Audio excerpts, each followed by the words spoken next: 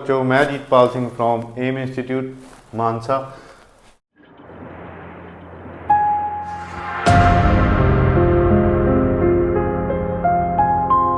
आज हम बात करेंगे क्लास 10th के कुछ एमसीक्यूज की जो एग्ज़ाम में बेहतर आ सकते हैं, इम्पोर्टेंट हैं। तो सबसे पहले हम बात करेंगे पहले एमसीक्यू की, जो है from chapter first real numbers. तो स्टार्ट करते हैं क्वेश्चन। हमें फाइंड करना है result obtained by dividing the product of these positive integers.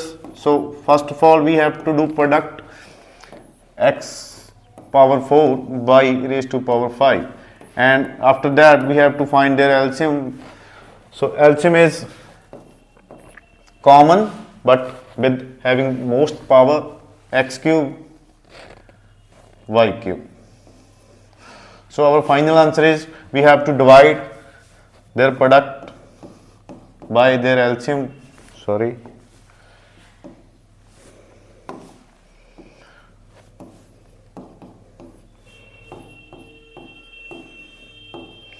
So our answer is x y square. So B is right answer. So अब हम proceed करते हैं सेकंड एमसीक्यू के। MCQ second is the given polynomial fx has.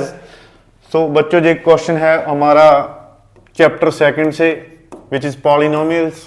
Polynomials में हम quadratic equation के बारे में बात करते हैं, जिसमें हम फाइंड कर सकते हैं उनके रूट्स, उनकी जीरोस, और उनको ग्राफ पे बता सकते हैं नंबर ऑफ जीरोस कितनी होती हैं।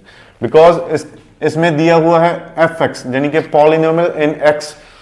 तो जब ग्राफ दिया हुआ हो तो हम क्या करेंगे, हम x की वैल्यू x एक्सिस पे फाइंड कर लेंगे कितनी है। तो x एक्सिस पे हमारी सिर्फ एक ही वैल्यू है, वो है 3 0। तो इसकी एक ही जीरो होगी, तो आंसर आ गया b और c के बीच में होगा, क्योंकि 2 जीरोस भी नहीं है और 9 जीरोस भी नहीं है। तो x एक्सिस पे कट होगा, तो उसी x की वैल्यू को हम क्या बोलेंगे, उसकी जीरो। तो 0 is 3, so b is our right answer.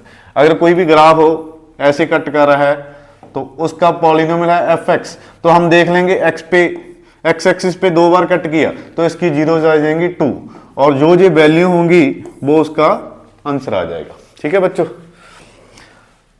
तो next question is the nature of roots of the equation. अगर हमारे पास ये है हमारा from chapter 4th NCERT quadratic equation. तो क्वाड्रेटिक इक्वेशन को सॉल्व करने के लिए हम एक डिस्क्रिमिनेंट मेथड को यूज करते हैं। डिस्क्रिमिनेंट, तो डिस्क्रिमिनेंट मेथड में हम क्या,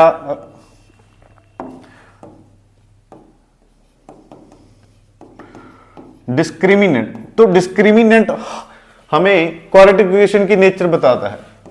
क्या नेचर होती है, डी हमारा अगर ग्रेटर देन 0 हो, लेस देन 0 हो और इक्वल टू 0 हो, तो सभी के अलग अलग आंसर आते हैं। तो इसके हम डी फाइंड करते हैं। डी का फॉर्मूला होता है B square minus 4ac। We all know our standard equation is ax square bx plus c। तो a हमारा आ गया coefficient of x square, b हमारा आ गया कोफिशिएंट ऑफ x, और c हमारा कांस्टेंट। तो इसमें वैल्यू पुट करेंगे -6 की square minus 4 into 9 into minus of 2। तो ये हमारा आ गया 36 माइनस माइनस प्लस 72। ये हमारा आ गया, कुछ पॉजिटिव वैल्यू आ जाएगी, सॉल्व करने की जरूरत नहीं है। तो इसमें फर्स्ट जो नेचर है हमारी, वो हमारा आ जाएगा आंसर d ग्रेटर देन 0। तो रूट क्या रहते हैं इसके, कैसे रूट होंगे, नेचर क्या बोलती है। अगर d ग्रेटर देन 0 है तो हमारे पास 2 रूट्स होते हैं, वो भी क्या होते हैं, distinct, different, 2 distinct real root से इसका आंसर होता है। तो हमारा आंसर आ गया 2 distinct real root which is C. ये भी बता देता हूं, अगर d लेस देन 0 हो तो वो होता है no real roots. No real roots, तो वो रूट्स होते हैं बच्चों imaginary roots. Imaginary roots.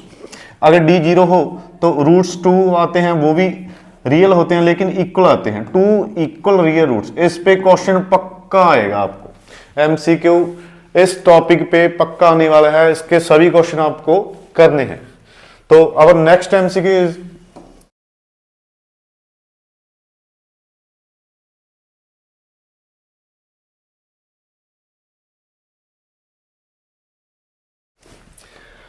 From trigonometry, introduction भी बोल सकते हैं। तो चैप्टर 8 फ्रॉम एनसीईआरटी। तो इसमें क्या करना है, दो प्रोडक्ट दी हुई है, बताना है किसके इक्वल। सबसे पहले हम इसको साइन कॉस में कन्वर्ट कर लेते हैं, विच इज सीकेंड किसका रेसिप्रोकल होता है 1 बाय कॉस, tan होता है साइन बाय कॉस। तो ये हमारा आ गया 1 माइनस साइन एज इट। तो हमने देखा एलसीएम सेम है, तो इसका क्या आ जाएगा सॉल्व करके 1 plus sign A divide by, दोनों का एलसीएम आ गया कॉस, प्रोडक्ट में पड़ा है 1 माइनस साइन ए। तो न्यूमिरेटर्स की प्रोडक्ट कर देते हैं, 1 plus sine 1 minus sine, a plus b, a minus b का फॉर्मूला यूज हो जाएगा which is a square minus b square. तो we all know sine square theta plus cos square theta is 1। So from it we have we will find sin square value or cos square value. So we need 1 minus sin square which is equal to cos square theta. Put that value. So our final answer is cos A. Our final answer is D option. इसमें भी बच्चे trigonometry पे भी हमारा question MCQ आ सकता है। तो कोई भी क्वेश्चन है इसको सिंप्लीफाई करने के लिए हम इसको साइन कॉस में कन्वर्ट कर लेंगे और जो है फाइनल आंसर हमारा बना सकते हैं। ये हमारा है एप्लीकेशन ऑफ ट्रिग्नोमेट्री में चैप्टर 9 में, हाइट एंड डिस्टेंसेस भी बोल सकते हो। तो इसमें एक पोल दिया है जिसकी हाइट है 6 मीटर। तो इसकी सबसे पहले डायग्राम ड्रॉ करते हैं। 6 मीटर हाई एक पोल दिया हुआ है जिसकी शैडो बन रही है 2√3 मीटर लॉन्ग। तो कोई ना कोई एंगल ऑफ एलिवेशन जो हमारा है बनेगा, वो हमको फाइंड करना है। तो वी ऑल नो हमारे पास परपेंडिकुलर और बेस गिवन है। तो परपेंडिकुलर अपॉन बेस केस में आता है tan थीटा में। क्या होता है tan थीटा?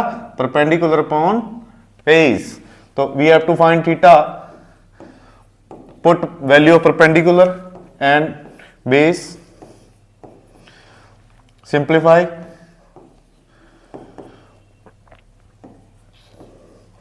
तो हमारे पास आ गया √3 tan थीटा कब होता है √3? When angle is 60 degree. So our answer is option A. So our last MCQ for today is the perimeter and area of circle are numerically equal. Circumference क्या होता है circle का? 2πr, और area क्या होता है? πr²। This question is from area related to circle chapter 12th, sorry 11th बोल सकते हो क्योंकि कंस्ट्रक्शन कट है इस बार। Area related to circle chapter में से है क्वेश्चन। बोल रहे हैं perimeter and area of circle numerically equal, then radius क्या होगा? तो पाई से पाई कट हो जाएगा, आर से आर की पावर। तो हमारे पास जब रेडियस 2 आएगा तो ये दोनों पेरीमीटर और एरिया ऑफ सर्कल क्या हो जाएंगे? Equal. So our answer is 2 units. So ये थे बच्चे 5-6 एमसीक्यू, और भी हम नेक्स्ट वीडियो में लेकर आएंगे फॉर क्लास 10th। तो हमारे साथ जुड़े रहने के लिए बने रहिए हमारे चैनल के साथ और अपने दोस्तों के साथ शेयर कर दीजिए। Thank you so much.